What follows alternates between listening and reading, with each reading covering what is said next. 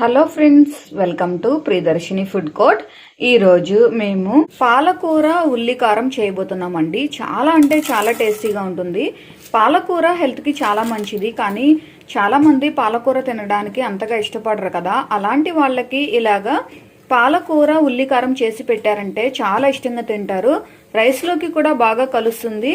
ఒక్కసారి తింటే అసలు విడిచిపెట్టరండి, అంత టేస్టీగా ఉంటుంది. ఒక ముద్ద ఎక్కువే తింటారు కానీ తక్కువ మాత్రం తినరు, అంత బాగుంటుంది. చాలా సింపుల్గా చేసుకోవచ్చు.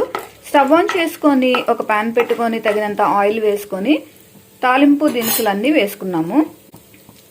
ఆనియన్స్ వేసుకుంటున్నాం,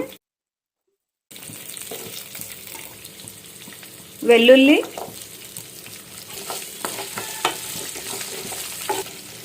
చాలామంది మన వీడియోస్ చూస్తున్నారు కానీ మన ఛానల్ని సబ్స్క్రైబ్ చేసుకోవడం మర్చిపోతున్నారండి. తప్పకుండా ప్రియదర్శిని ఫుడ్ కోర్ట్ ఛానల్ని సబ్స్క్రైబ్ చేసుకోండి. అలాగే ఈ రెసిపీ నచ్చినట్లయితే ఈ వీడియోని లైక్ చేయండి.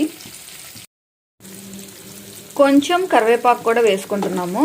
ఇది మరీ వేగాల్సిన అవసరం లేదండి, కొంచెం వేగితే సరిపోతుంది. ఇప్పుడు స్టవ్ ఆఫ్ చేసి వీటిని పక్కన పెట్టుకుందాము. ఇది కొంచెం ఆరిన తర్వాత అప్పుడు మిక్సీ పట్టుకుందాం. ఇక్కడ పాలకూరని మేము 2 కట్టలు తీసుకున్నామండి. దాన్ని ఫ్రెష్ వాటర్తో మంచిగా క్లీన్ చేసుకొని ఇలాగా కొంచెం సన్నగా కట్ చేసుకున్నాము. ఇదే ప్యాన్లో కొంచెం ఆయిల్ వేసుకుంటున్నాము. ఫ్రెష్ వాటర్తో క్లీన్ చేసుకున్న పాలకూరని ఇందులో వేసుకుంటున్నాం.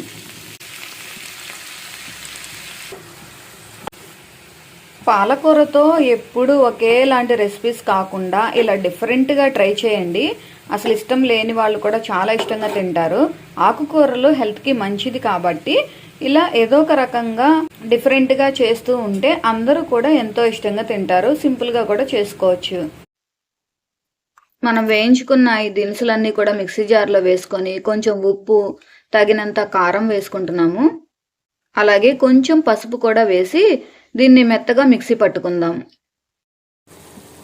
మనం ముందుగా వేయించుకున్న ఆనియన్స్ ఇవన్నీ కూడా మిక్సీ పట్టుకున్నాం కదండి, ఆ పేస్ట్ని ఇందులో వేసుకుందాం.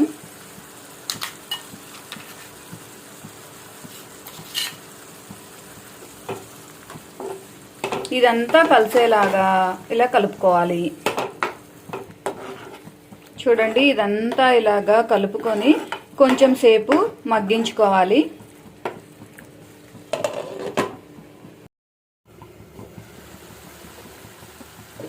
చూడండి, ఈ పాలకూర ఎంత చక్కగా మగ్గిందో, ఆయిల్ అంతా పైకి తేలి ఎంత కలర్ఫుల్గా ఉందో చూసారా. అసలు ఈ పాలకూరని కానీ ఆకుకూరలు కానీ ఇష్టం లేని వాళ్ళు ఉంటే ఇలా చేసి పెట్టండి, లొట్టలు వేసుకుంటూ తింటారు, అంత టేస్టీగా ఉంటుంది. రైస్లోకి కూడా బాగా కలుస్తుంది. ఫైనల్గా కొత్తిమీర వేసుకుంటున్నాము.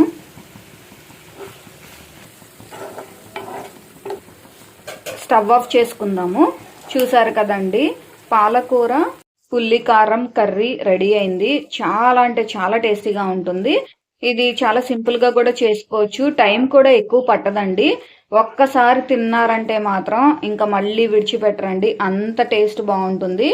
ఓన్లీ రైస్లోకి మాత్రమే కాదు, చపాతీ, పరోటా, రోటీ ఇలా దేనిలోకి మ్యాచ్ చేసుకొని తిన్నా కూడా అద్దరిపోతుంది. అంతే, రైస్లోకి బాగా కలుస్తుంది. ఫ్యామిలీ అంతా కూడా మీరు ఇలా చేసి పెట్టారంటే ఎంతో ఇష్టంగా లొట్టలు వేసుకుంటూ తింటారు, అది మాత్రం గ్యారంటీ అండి.